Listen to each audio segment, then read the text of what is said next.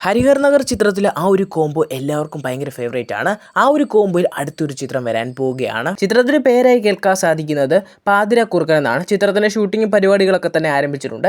ചിത്രത്തിന്റെ കോർ പ്ലോട്ടായി കേൾക്കാൻ സാധിക്കുന്നത് വ്യത്യസ്ത സാഹചര്യത്തിൽ ജീവിക്കുന്ന 4 പേർ അപ്രതീക്ഷിതമായി ഒരു പ്രതിസന്ധിയിൽ അകപ്പെട്ടു പോകുന്നു. തുടർന്ന് അവരവിടെ നടത്തുന്ന അതിജീവനമാണ് ഈ ഒരു ചിത്രത്തിൽ കൊണ്ടുവരാൻ പോകുന്നത്. ആദ്യം തന്നെ നമുക്ക് കമന്റ്സ് അപ്ഡേറ്റിലൂടെ തന്നെ വരാം. കമന്റ് വഴി ചോദിച്ചിട്ടുള്ള ആദ്യത്തെ ചിത്രം എന്ന് പറയുന്നത് പ്രൊഫസർ ഡിങ്കൻ, പറക്കും പപ്പൻ എന്നീ ചിത്രങ്ങളെ പറ്റി വല്ല അപ്ഡേറ്റ് പരിപാടി വല്ലതും ഉണ്ടോ എന്നാണ്. ശരിക്കും പറയുകയാണെങ്കിൽ ഈ ഒരു ചിത്രത്തിന്റെ ടീമിന്റെ ഭാഗത്തു നിന്ന് പറയുകയാണെങ്കിൽ ഈ ഒരു സിനിമ ഓൺ ആണ്. ബട്ട് അപ്ഡേറ്റുകൾ വെച്ച് നോക്കുകയാണെങ്കിൽ ഈ ഒരു ചിത്രം നടക്കുമോ ഇല്ലയോ എന്നൊക്കെയുള്ള ചാൻസസ് വളരെ കുറവാണ്. കാരണം ബബ്ബയ്ക്ക് ശേഷം പറക്കുമ്പപ്പൻ സംഭവിച്ചിരുന്നെങ്കിൽ പ്രൊഫസർ ഡിങ്കനൊക്കെ വരാനുള്ള ചാൻസ് കണ്ടേനെ. ബട്ട് ഇതിനായിട്ടും പറക്കുമ്പപ്പൻ എന്ന ചിത്രത്തിന്റെ വർക്ക് പോലും പ്രോപ്പർലി സ്റ്റാർട്ട് ആയിട്ടില്ല. അതുകൊണ്ടൊക്കെ തന്നെ ഈ ഒരു പ്രൊജക്ട് നടക്കുമോ ഇല്ലയോ ഒന്നും അറിയില്ല. എന്തായാലും നിലവിൽ ഈ ഒരു ചിത്രത്തിന്റെ ടീമിന്റെ ഭാഗത്തു നിന്ന് വരുന്ന അപ്ഡേറ്റുകൾ പ്രകാരം ഈ 2 ചിത്രങ്ങളും ഓൺ തന്നെയാണ്. അടുത്തതായി ചോദിച്ചുള്ളത് ഷറഫുദ്ദീൻ്റെ അടുത്ത ചിത്രത്തിന്റെ റിലീസിനെ പറ്റി വല്ല അപ്ഡേറ്റ് വല്ലതും ഉണ്ടോ എന്നാണ്.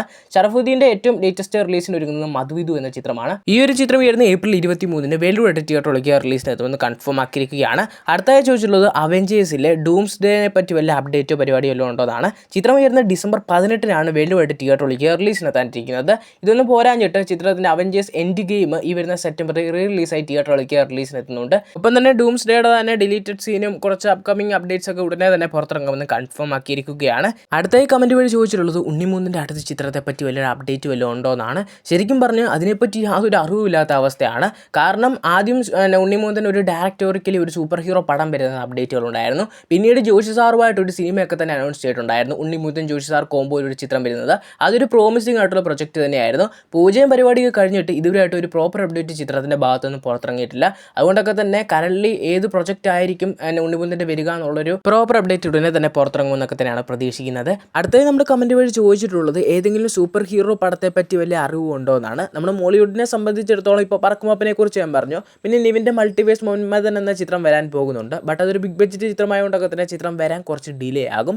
പിന്നെ ചാത്തൻ ഒടിയൻ ആ ഒരു പരിപാടിയൊക്കെ തന്നെ ഇനിയും ഉടനെ സംഭവിക്കും എന്നൊക്കെ തന്നെയാണ് പ്രതീക്ഷിക്കുന്നത്. അങ്ങനെ കാത്തിരിപ്പിനൊടുവിൽ തലൈവർ നെൽസൺ പടം ഇപ്പോൾ പാക്കപ്പ് അടിച്ചിരിക്കുകയാണ്. ചിത്രം ഈ വരുന്ന ഓഗസ്റ്റ് മാസമാണ് വേൾഡ് വൈഡ് റിലീസ് പ്ലാൻ ചെയ്യുന്നത്. ശിവകാർത്തി നായകനെ പുറത്തിറങ്ങാനിരിക്കുന്ന ഏറ്റവും പുതിയ ചിത്രത്തിൽ ദിലീപേട്ടനും ആ ഒരു ചിത്രത്തിൽ ജോയിൻ ചെയ്യുന്നുണ്ടെന്നാണ് അപ്ഡേറ്റുകളൊക്കെ തന്നെ സൂചിപ്പിക്കുന്നത്.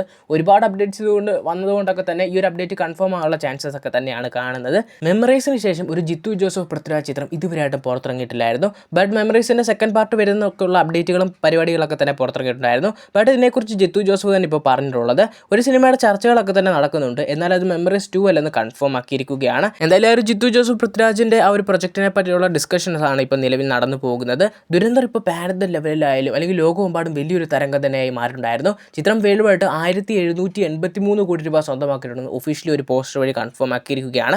അങ്ങനെ ചിത്രത്തിന്റെ OTT റിലീസിനെ പറ്റിയൊരു അപ്ഡേറ്റ് ഇപ്പോൾ പുറത്തിറങ്ങിയിരിക്കുകയാണ്. ജിയോ ഹോട്ട്സ്റ്റാർ വഴി ഈ വരുന്ന മെയ് 14 ചിത്രം OTT റിലീസിലെത്തുമെന്ന് ഒഫീഷ്യലി തന്നെ ചിത്രത്തിന്റെ ടീം അതിനെ കൺഫേം ആക്കിയിരിക്കുകയാണ്.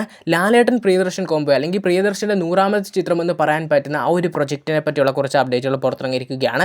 ഏകദേശം 12ഓളം പാട്ടുകൾ ഈ ഒരു ചിത്രത്തിൽ ഉണ്ടായിരിക്കുമെന്ന് ഒഫീഷ്യലി തന്നെ ചിത്രത്തിന്റെ ടീം അതിന് കൺഫേം ആക്കിയിരിക്കുകയാണ്. ഇരുമൂൻ ചിത്രത്തിന്റെ ഡയറക്ടറും ചിയാൻ വിക്രമും ഒന്നിക്കുന്ന ഏറ്റവും പുതിയ ചിത്രമാണ് ചിയാൻ 63 എന്ന ചിത്രം. ഈ ഒരു ചിത്രത്തിന്റെ ഒഫീഷ്യൽ അനൗൺസ്മെന്റ് ഒക്കെ തന്നെ പുറത്തിറങ്ങിയിട്ടുണ്ടായിരുന്നു. സർവമായ സിനിമയിലൊക്കെ ഡെലുലു ആയിട്ട് അഭിനയിച്ചിട്ടുള്ള റിയ ഷിബു ഈ ഒരു ചിത്രത്തിൽ ഉണ്ടായിരിക്കുമെന്ന് കൺഫേം ആക്കിയിരിക്കുകയാണ്.